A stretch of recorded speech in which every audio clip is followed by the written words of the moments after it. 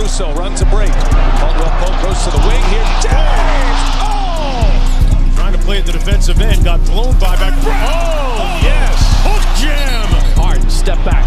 Puts up the three. Got hit. Shot's good! And one! Back this time here, Steph. Oh, Russell Westbrook!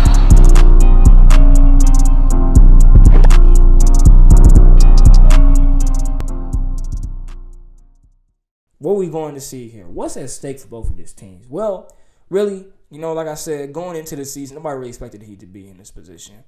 Some maybe because they started to play well as the season started to progress, but really, initially when the season started, not many expected the Heat to be here. Lakers was one of the odds-on favorites to be here. So we are at this point now where both of these teams are in the NBA playoffs, and it would have been cool to see if there was actually fans there. Not saying I was gonna be there, but it would just be cool to see in both of those environments.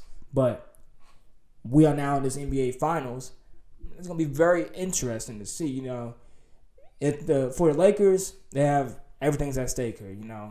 Like I said before, the storylines going into the season with the loss of Kobe, they got a lot at stake here. The Miami Heat don't really have much at stake here. They wasn't really expected to be here. They don't look at themselves as underdogs.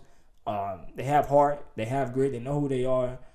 They played their way through the playoffs, eliminating the number one seed team in the East in the Milwaukee Bucks in 5 games, and sweeping my Pacers. They deserve to be here. They played hard. They have that grit. They have that grind. But I'm worried a little bit about their defense against the Lakers. Where the Heat is very well defending the perimeter and have great perimeter shooting, Lakers is not known for being a perimeter shooting team. They've been shooting a little bit better in this playoffs, but that's not their main forte. They got that pick and roll action with LeBron and AD going, Rondo when he's there too, and a lot of cutting back screens that they have going on for their offense. How does the Heat, who's a little bit undersized compared to Lakers, how would that fare well for them? It's very interesting to see. With Bam Adebayo as their center, at 6'9", and at power forward, they have Jay Crowder, who's at 6'8", 6'7". The Lakers, who played against a small team in the Houston Rockets, in the regular season, it didn't work well for them. But you see they made the adjustments in the playoffs and took out the Rockets in 5 games. So with the Heat, that would be my concern about them into this finals, like how they plan on defending their bigs, like Anthony Davis, Dwight Howard, or LeBron when he goes to the paint, JaVale McGee, all those guys, or maybe the Lakers might, play small ball and go back to that line that they had against the Rockets. Who's to know? Spoelstra and the Heat, Pat Riley, very familiar with LeBron James. Last time they was in the finals was with LeBron James. Shaq mentioned on TNT.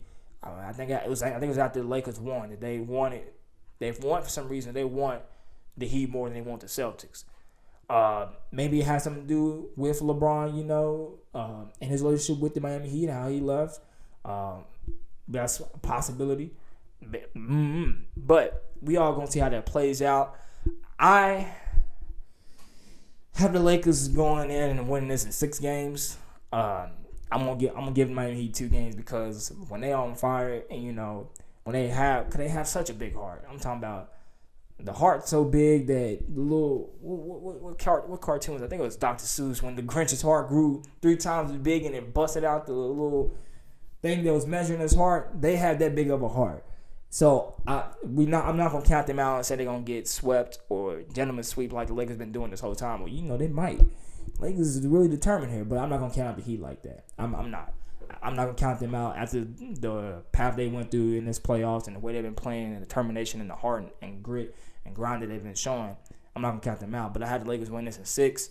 The Heat will come out looking good, and it's gonna make them look even better because for them making it to the NBA Finals without Jimmy Butler is an all-star, but he's not like your perennial top 10 player to really take you there.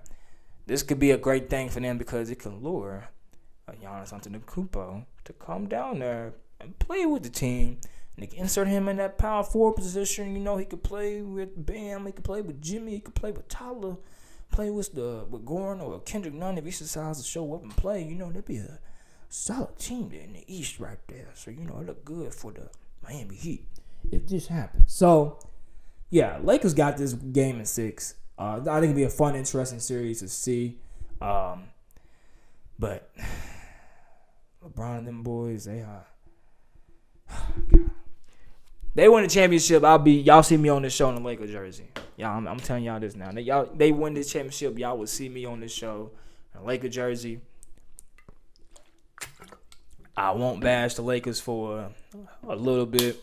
I ain't gonna say it forever. I'm gonna say a little bit. They're gonna get bashed too. Still, they can be open to criticism. Just because they win don't mean they won't be open to criticism. But they win. I'll put on my Laker gear. I'll say LeBron. I ain't gonna say the GOAT. He still won't be the GOAT, but I'm gonna say he is that man. Still doesn't mean he should have won MVP. I don't know why people would argue that. The MVP race is based on the play before the bubble. LeBron's been playing great, but not that great throughout most of the season to where he deserves MVP over Giannis. But that's neither here or there.